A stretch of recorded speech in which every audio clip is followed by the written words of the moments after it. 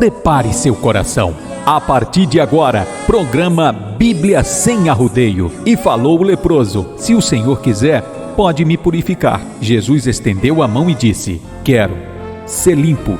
E ele foi curado. A palavra de Deus de forma simples e objetiva. Como Jesus é, sem arrodeio. Como a Bíblia é, sem arrodeio. Comunicação, irmão Gilvan Silva. Dia a dia Cristo está comigo, me dá paz no meio do terror. Meu querido e amado irmão, minha irmã, eu desejo para você a paz do Deus vivo extensiva à sua família.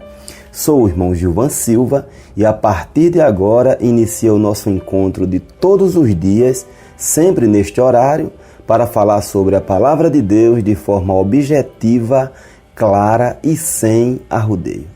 Agradeço pela sua companhia diária, fator que nos torna mais próximos e parceiros nas orações. Hoje apresentarei Gênesis, amanhã, se Deus permitir, iniciarei os comentários de cada capítulo seu, um após outro. Não esqueça que o propósito do programa Bíblia Sem Arrodeio é nos incentivar, eu e você, a ler a Bíblia todos os dias, disciplinar e sistematicamente. Se você tiver alguma dúvida e desejar fazer pergunta, o meu contato é 98849-9144. Para sua sugestão também serve esse contato, claro, né? Sugiro que envie, se for pergunta, antes de chegar o dia do referido comentário, e eu terei toda a satisfação de abordar o seu assunto. Com relação à apresentação de Gênesis, Gênesis é o livro que narra os princípios de todas as coisas que são necessárias ao conhecimento e à preservação humana. Por ser o primeiro livro da Bíblia, Gênesis oferece bases ou as bases para o desenvolvimento de toda a sua narrativa, cujo plano central, como sabemos, é a revelação do Senhor Jesus. A primeira promessa da redenção da humanidade é feita em Gênesis, capítulo 3, versículo 15. Assim como a história de Abraão, o originador da nação de Israel, de onde descendeu o Salvador. Com relação ao conteúdo, a narrativa de Gênesis cobre o maior tempo cronológico abordado na Bíblia. A sua esfera de ação vai desde a criação do universo até a morte de José, filho de Israel. Dentro deste conteúdo, a gente encontra a revelação da criação do universo e do homem por Deus, e isso, tranquilamente, para quem tenha essa fé na Bíblia Sagrada como Palavra de Deus e manual de conduta, combate a teoria de uma evolução sem intervenção direta de um ser capaz e soberano para o fazer. Gênesis é composto por 50 capítulos. A divisão do livro, ela assim de forma grossa, se dá em duas partes, do capítulo 1 ao 11 e do capítulo 12 ao 50.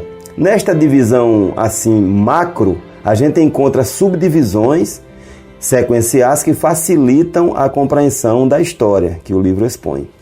As subdivisões com relação a elas. Na primeira parte, do capítulo 1 ao 11, a gente tem a criação de tudo, inclusive do homem, a queda do homem, que repercute os resultados da desobediência, o primeiro assassinato, apesar do Senhor ter ofertado todas as chances para o autor, Caim, para ele evitar. A gente vai ver isso aí.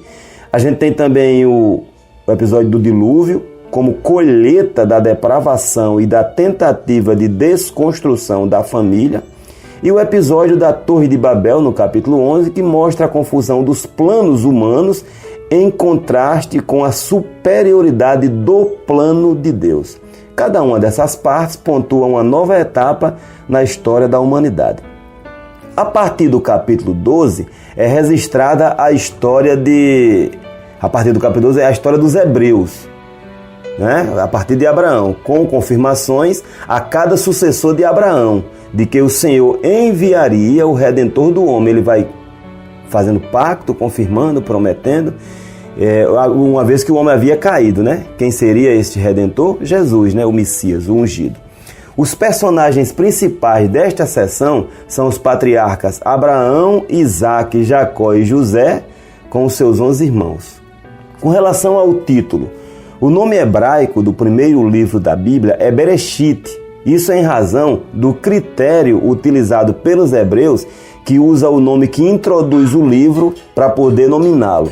Bereshit, então, significa no princípio, que são exatamente as palavras iniciais do livro. Quando foi produzida a Septuaginta, a versão dos 70, que é a tradução do Velho Testamento para o grego no período intertestamentário, o livro recebeu o nome de Gênesis, que significa origem ou princípio. Com relação à classe literária de Gênesis, ele faz parte da classe legislativa da Bíblia, ou leis, que é composta pelos primeiros 5 livros, conhecida como Pentateuco. Esse termo descreve a quantidade dos livros. Penta, palavra grega, que significa 5, e teucos, também de origem grega, que significa instrumento ou ferramenta. A palavra passou a denominar, com o tempo, o depósito usado na época para guardar os rolos de papiro, que foi um dos materiais utilizados para escrever a Bíblia. Com isso, a palavra teucos tomou o sentido de rolo ou livro. Também, claro, continua com o mesmo sentido de instrumento ou ferramenta. Portanto, a gente vê que Pentateuco significa 5 rolos ou 5 livros. E a gente vê que também que o título Pentateuco, repito, ele descreve a quantidade dos livros, esse título de origem grega, não o conteúdo dos livros. Já o termo hebraico usado para nominar os primeiros 5 livros é Torá. Aí sim, significa ensino.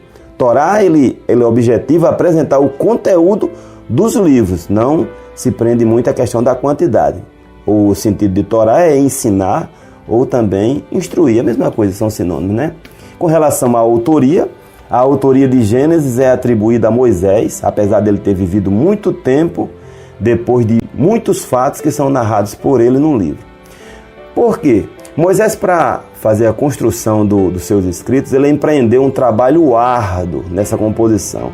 Isso a partir da reunião de informações que vinham tanto de fontes orais, a gente sabe que ele falava com Deus face a face, está registrado, possivelmente em teofania, que é a forma quando Deus ele toma a forma humana, assim como também Moisés ouvia seus antepassados. Moisés também se utilizou de fontes escritas, uma vez que a arqueologia aponta a escrita como sendo de bem antes de Moisés. A arqueologia estuda a origem da humanidade, a história das sociedades também, a partir de achados. No entanto, Moisés foi o primeiro homem a escrever orientado e inspirado por Deus. Com relação à data do escrito, as datações dos livros bíblicos, meu irmão, não são possíveis de se precisar, virar a ponta do prego, como a gente diz aqui no Nordeste, devido à escassez de informações internas na própria Bíblia, a distância do tempo, poucos achados arqueológicos, muita coisa está soterrada ainda, é uma batalha para se conseguir autorização para se escavar. Então tem uma minúscula parte que foi explorada até hoje. Também os critérios básicos dos calendários lunar e solar, que são os ocidental e oriental, que dificultam também as datações. Dito isto, a datação mais defendida para a Gênesis, aliás, para toda a literatura mosaica, é entre 1445 e 1405 a.C. Lembrando que os anos antes de Cristo são contados regressivamente, 1445, 1444, 1443, Aí Cristo nasceu e na nossa era cristã, a contagem ela já é feita progressivamente, ano 1, 2, 3. Apesar de haver um debate em torno do tempo exato do nascimento de Jesus, O que é inegável, que ninguém pode deixar de apoiar e de confirmar, é que Jesus nasceu e divide o calendário. Isso a história extra-bíblia confirma tranquilamente. Então tem o tempo antes de Cristo e o tempo depois de Cristo. Amanhã, se Deus permitir, entrarei no conteúdo textual de Gênesis e digo a você que fique na paz do Senhor e receba a graça dele dentro do seu coração. A graça de Deus é suficiente, meu irmão, minha irmã, para a gente superar qualquer obstáculo e administrar qualquer situação, quer seja ela angustiante ou aquietadora. Amém.